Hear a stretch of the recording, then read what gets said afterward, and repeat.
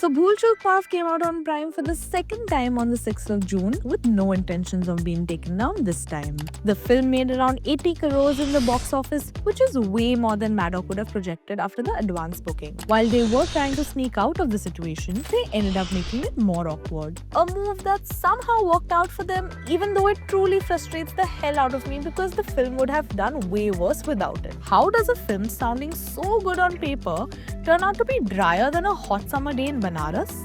Get it? Because that's where the film takes place? Okay, I'll stop. Let's get to it.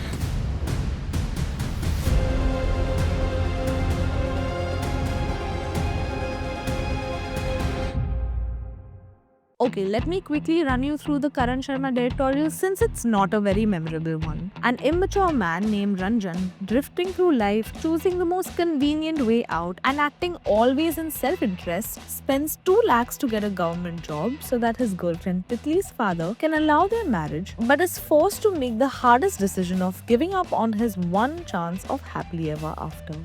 I think they were a little confused about the last part, but more on that later. Another interesting concept that they have here is the time loop. Although unoriginal, there was a lot they could have done with it. As somebody who enjoys fantasy/sci-fi elements in films, the child within me was bursting with excitement to see a desi twist on a story coming from the heartland of India. But at this point, I think we should start expecting Maddock to execute great concepts poorly. हम साला यहाँ अपनी मेहंदी छोड़ के आए हैं, आधी दुल्हन बने पूरा बनारस घूम रहे हैं, हमें कुछ आता नहीं है, सारा जुगाड़ तुमने किया है, हमसे उंगलीबाजी करते हैं, लहंगे का पूरा पेमेंट नहीं हुआ है, सब पता है हमें। Starting from the first release of 2025 right up to this one, it feels like Dinesh definitely has a vision but is cursed with never being able to realize it. From the overarching theme to the cute dynamic between Ranjan and Titli, the film was shaping up to be a classic. So what exactly happened?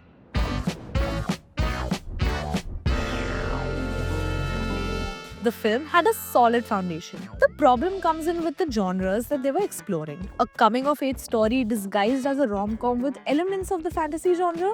It's not this mixing that is the problem, but the treatment given to it. You see, the film fails to harmonize all of these genres together and ends up feeling fragmented. Feeling is also an incorrect term here because it implies trying, and it honestly does not seem like Maddock has given a thought to this. This carelessness in the structuring of the story can be seen in other Maddock films like Skyforce as well, but damn it, could it have been more apparent than it is in this one? The film is split into 2 halves and ends up breaking down because of this. The first half, which the audience was quite invested in, was about Ranjan and Titli's characters and their chemistry, although a little cringy, was cute.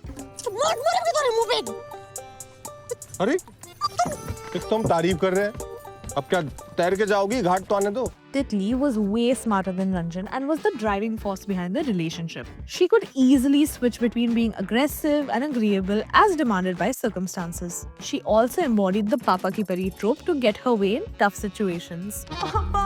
सब हो जाएगा वो आप बस final कर दीजिए ना।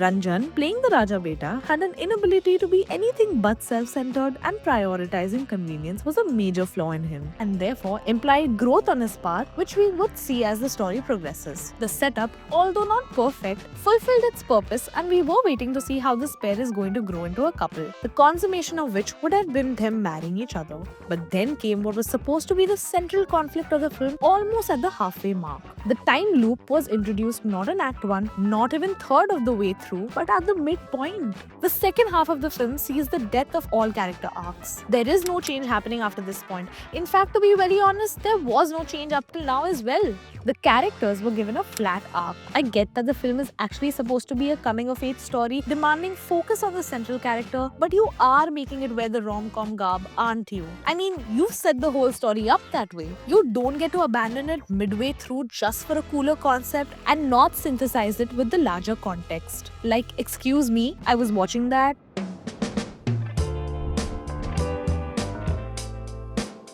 Let's talk about the time loop concept now, shall we? This high concept coming from the movie Groundhog Day allows for so many mind-boggling paradoxes and hilarious outcomes that it was painful to watch the film just skip over those potentials. Even more painful is their lazy treatment of it.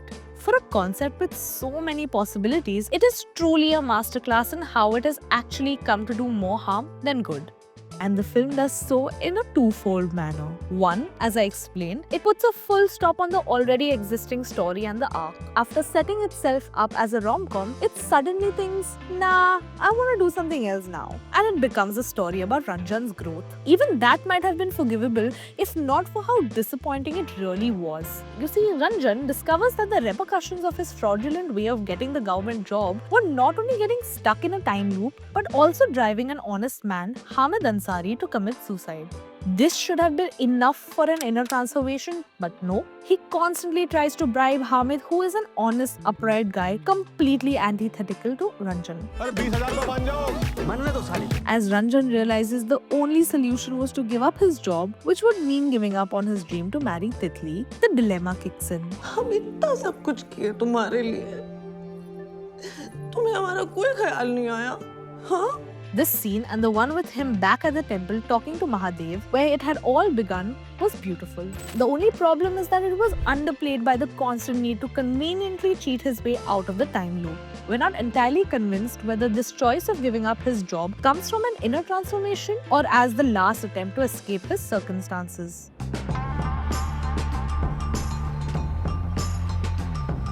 Let's talk about the powerful idea behind the film and why it failed to deliver on that as well. This film explores the ideas of karma and how it is better to do the right thing no matter the consequences.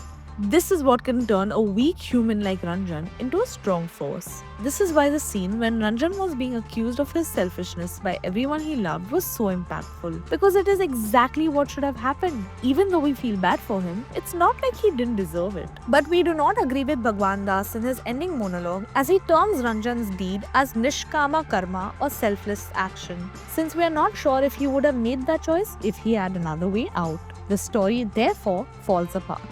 Do you now see why it hurts? The film was there. It had everything going for it.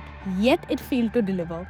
And I think the reason lies in plain lethargy rather than incompetence. It feels like the filmmakers who were so invested in the idea of the concept itself that they wanted to put it in no matter what and didn't care to develop it any further. Since they thought the concept itself would have been enough. Like their main character Ranjan, they have also taken the most convenient approach to the film. I mean, if there was a competition for choking on a guaranteed win, Maddock would be right up there. But you know what the bigger concern is? Bollywood will blame the audience, saying we are the ones who aren't ready for high concept movies, conveniently ignoring the ones that actually did well. Anyway, tell me what you think of our breakdown. Do you agree with it or did you enjoy the film through and through? As always, like, share and subscribe to our channel and we'll see you in our next one.